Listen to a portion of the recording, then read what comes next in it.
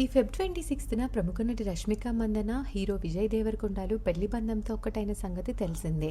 పెళ్లి తర్వాత కూడా బ్యాక్ టు బ్యాక్ షూటింగ్స్లో పాల్గొంటున్నారు ఈ జంట.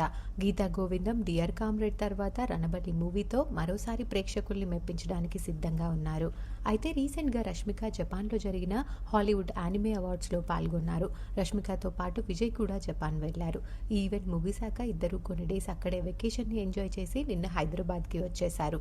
ఎయిర్పోర్ట్లో ఇద్దరు వేరువేరుగా రావడంతో వారి ఫ్యాన్స్ కొంచెం డిసప్పాయింట్ చేసింది. కానీ ఈ ఎయిర్పోర్ట్లో విజయ్కి సంబంధించిన ఫొటోస్ మాత్రం నెటిజన్లను బాగా ఆకట్టుకుంటున్నాయి. ఈసారి విజయ్ మెడలో ఒక స్పెషల్ చైన్, అంతకన్నా స్పెషల్ లాకెట్ కనిపించింది.